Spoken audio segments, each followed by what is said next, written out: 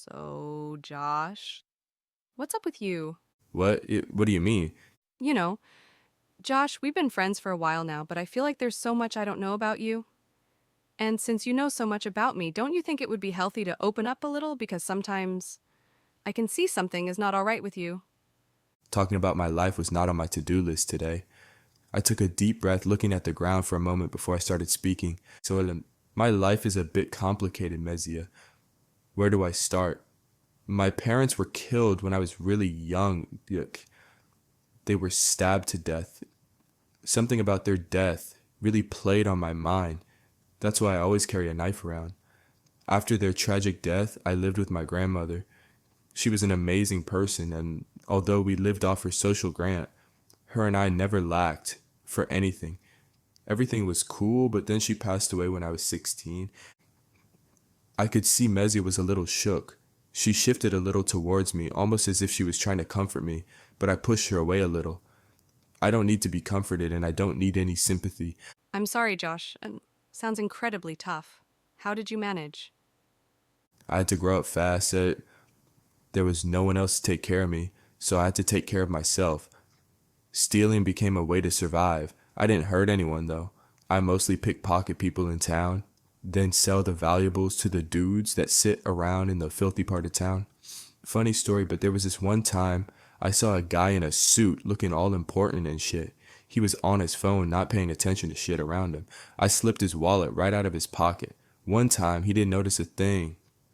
I took his shit to the dudes I normally sell it to, and for the life of me.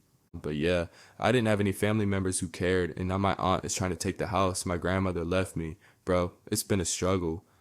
Bro, I had no idea. That must be so hard, feeling like you have no one, but you have us, Wade, Wendell, and me. We're here for you. I know, but it's hard to shake the feeling of being alone. I guess that's why Wendell and I clash so much. We both believe you can't depend on anyone because people can abandon you in an instant. It makes sense now. You both have been through so much. But Josh, you're not alone. We care about you, even if you don't always feel it. It's just sometimes it feels like a never ending cycle. You think you found some stability and then it's ripped away. I guess I learned to just rely on myself and no one else. I get that. Trust me, I do. But we're here to break that cycle. We're your friends, and we're not going anywhere. I couldn't tell if Mezia meant what she said or not, so I just nodded my head and downed my beer. And Aisha, where does she fall into your life? Yeah, Aisha. She was like an older sister to me. We met when I tried to rob her boyfriend. I failed, of course, and he wanted to beat me up, but Aisha stepped in and asked him to spare me, out of pity, I guess. And you two became close?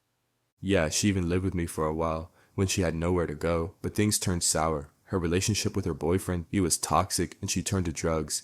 It caused a lot of friction between us. In the end, I had to kick her out. That must have been tough. It was. I cared about her a lot, but I couldn't let her drag me down with her.